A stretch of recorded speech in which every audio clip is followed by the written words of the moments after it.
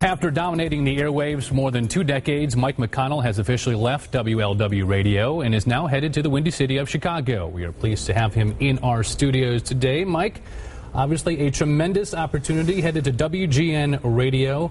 How will the show be different than what you did on the big one, if at all? It'll be a little bit different just in that the Tribune company owns it, and you have the Tribune, the newspaper, in the same building. So to have somebody there who's a reporter, who's whatever the big story might be, there's going to be somebody right upstairs who's covering that. So a lot of it will be involving more people in the news business. Okay. You know what I'm saying? Well, I understand that. The thousands of guests you've had over the years, I mean, some of them have to stand out. Any of them that you'll miss? Any of them that you'll wish you could take with you to Chicago? Some that maybe you are glad to be leaving behind here in Cincinnati?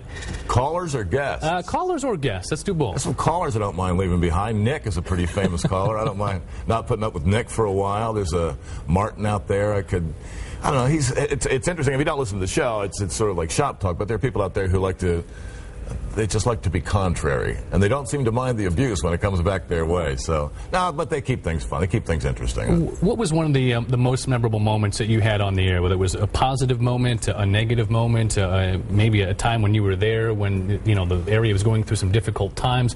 What was it that you look back now at your milestone moment at WLW? A milestone moment, but an intriguing moment, and people tend not to remember it because it happened right after 9/11. And this before we had the national show. They just put me on to cover a lot of other stations. And there was a guy who was from Cincinnati who had been in one of the Twin Towers, got out, and had been in the state of shock for days. And he was driving through Pennsylvania, heard my voice on a radio station where it wouldn't normally be on. Something caused him to call. He was thinking of taking his life. I tried to encourage him to call his parents, who were only about 50 or 100 miles away from where he was at that time. I never knew what happened. He called back about 2 years later and thanked me for whatever I said that day. Everybody was in shock back then, and to have that happen out of the and then nice enough that he checked back in and said that it worked. I can see how that would be the number one moment on top of your head. Before we go, we have to ask the obligatory question. There is at least rumors, nothing confirmed, that you may not be going to Chicago alone. Any information you want to share with people about your former colleague, Bill Cunningham? Is he headed to Chicago? Well, I know he wants to do the television show that he's working on right now. I think, and I don't want to speak for him, but I get the impression that he'd really like to do radio at WLW. Okay. And one last opportunity as well. I know you didn't really have a chance on WLW to say goodbye.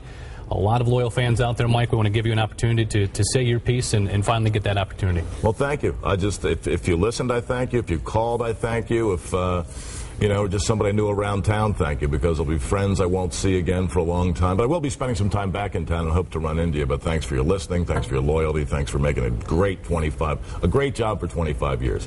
And I have you to thank for that, so thank you. Well, Mike, we thank you as well for everything you've done for the last 25 years as well. And thank you, Lance. Good to have you in, and glad to finally give you an opportunity to say what we had to say. I appreciate that. Mike, as always. Thank you. Still ahead.